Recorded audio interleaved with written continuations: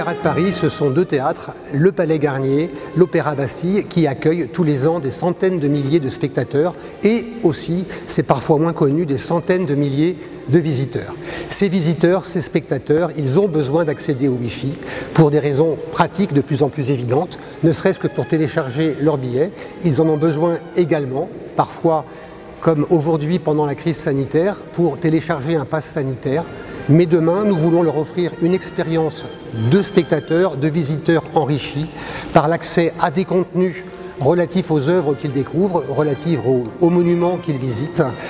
Demain, tout simplement, des indications de géolocalisation qui leur permettront de se diriger au bon endroit, par exemple dans l'espace-temps contraint d'un entracte. On croyait encore à l'époque et encore aujourd'hui à la performance d'une application mobile, et pour avoir un service de qualité à travers une application mobile, c'est clair qu'aujourd'hui il vous faut un Wi-Fi de très belle qualité. Typiquement que le Wi-Fi soit proposé aux spectateurs pendant leur venue au spectacle et aux visiteurs pendant leur venue, typiquement au Palais Garnier, à l'Opéra Bastille, les deux théâtres se visitant. Les premières contraintes techniques sont liées en fait au caractère de monument historique du Palais Garnier et l'accord avec l'architecte sur la position des bornes dans des lieux historiques et magnifiques qui normalement ne doivent pas faire apparaître des technologies qui peuvent abîmer la vision du public pour ces endroits merveilleux.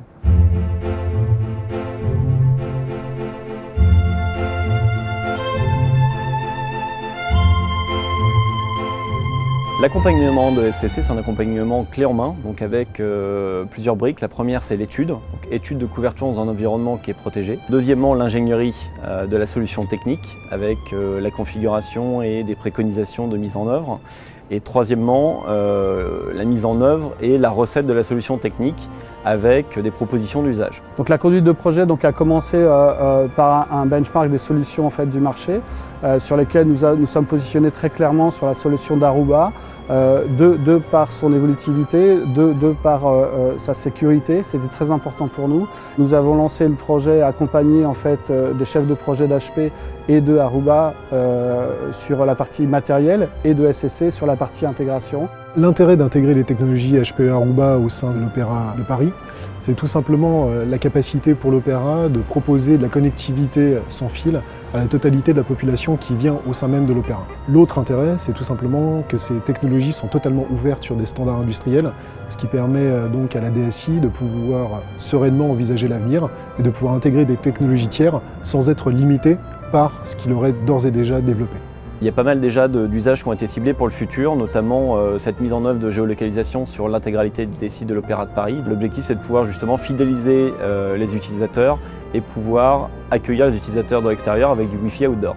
Ce qui a caractérisé le partenariat avec SCC et HPE Aruba pour l'Opéra de Paris, c'est la capacité d'adaptation dont nos partenaires ont fait preuve dans ce projet.